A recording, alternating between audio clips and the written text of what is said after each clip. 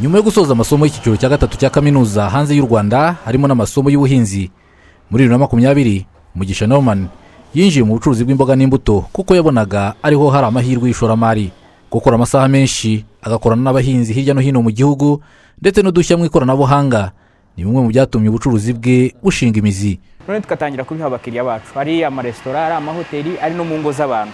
Bashobora ku orderinga bakoresheje ikoranabuhanga, bakoresheje e-commerce platform yacu, bakabisaba tukabibashyira mu rugo.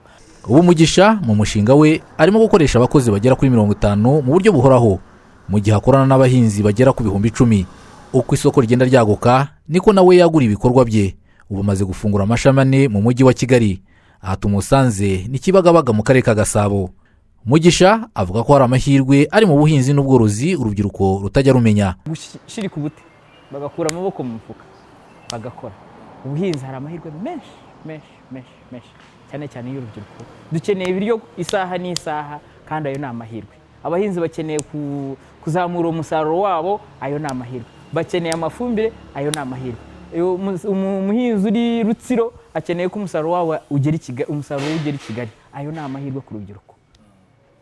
Dukeneye kugira ngo ubike urunyanya rumare ibyumweru 2 rutarangirika kubera ko na season ziba zirimo, ayo ni amahirwe ku rubyiruko. Dukeneye kugira ngo rwa runyanya ruvemo ketchup, ayo ni amahirwe ku rubyiruko. Kwitabira amarushanwa atandukanye afasha imishinga y'urubyiruko kuzamuka ni kimwe mu byamufashije.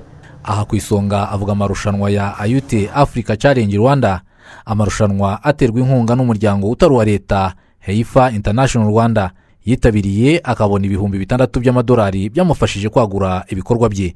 Nashishikariza kugira ngo baparticipating kuko ushobora no kudatsinda, ariko hari ibindi ayandi mahirwe aza, hari izindi opportunities uhura nazo kugira ngo zigufashe none wa mushinga wawe ushobore kurushaho kujya ku ntego ufite.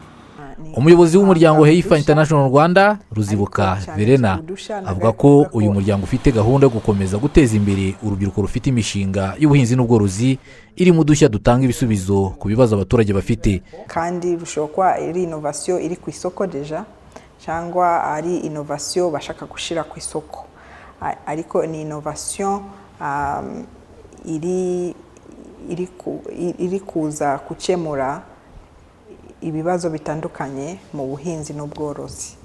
Ubu urubyiruko rufite imishinga y'ubuhinzi n'ubworozi rwifuza guhatana mu marushanwa ya Ayute Challenge Rwanda rurasabwa gutanga iyo mishinga kuko kuyakira byatangiye tariki 23 z'ukwezi kwa mbere, gahunda ikomeje kugera tariki 20 z'uko kwezi.